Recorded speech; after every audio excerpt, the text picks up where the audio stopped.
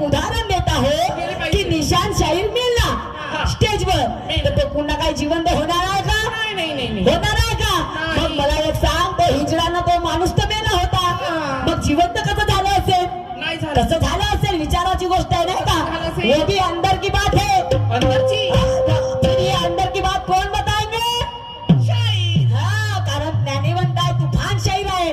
तर साहेब जी सांगायचे आहे तुम्हाला की तो हिजडा कोणता, तो माणूस कोणता आणि तो कावडा कोणता की ज्याने त्या दोन्ही हिजड्याला आणि त्या माणसाला जेव्हा गिळायचा प्रयत्न केला तेव्हा ते जिवंत झाले. आणि मग काय म्हणायचं आहे का?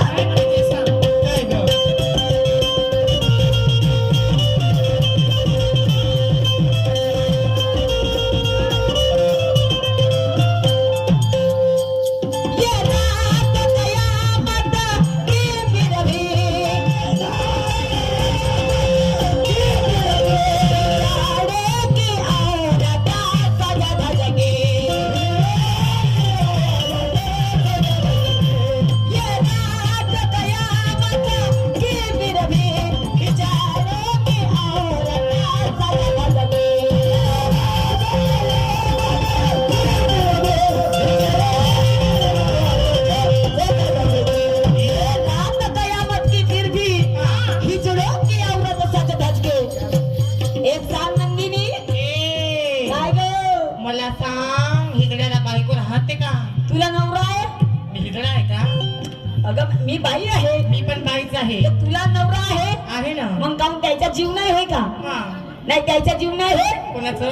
अगं हिजड्याला बायको राहत नाही पण होती. हिजड्याला बायको होती तर तिने काय केलं, जेव्हा त्या हिजड्याच्या पत्नीला माहिती झालं की हिजड्यामध्ये आणि त्या माणसामध्ये युद्ध झालं आणि त्या युद्धामध्ये हा हिजडा मेला, तेव्हा त्याची पत्नी गेली. तर मला एक सांग नंदिनी, आपण कोणाच्या दुःखामध्ये सामील होतो तर आपण कसं जातो? रडत जातो बाप्पा. रडत रडत जातो. आपल्या वेशात म्हणजे हा आपला जो वेशभूषा असते ती कशी असते? साधी असते. पण हे हिजड्याची बायको कशी होती? अरे हिने त्या हिजड्याच्या मैतीमध्ये जाताना नवनाथ शिंगार केला. नवनाथ शिंगार केला. तर मलाही विचार येते ग, मलाही विचार येते की ते सजून सजून का गेली असेल? मैत्री सजून जाते का? पण गेली ते तर सांगतील निशांनी की ते हिजड्याची बायको कशी काय ते मैत्रीला सजून धजून गेली. आणि मग गेली तर त्या कावड्याने काय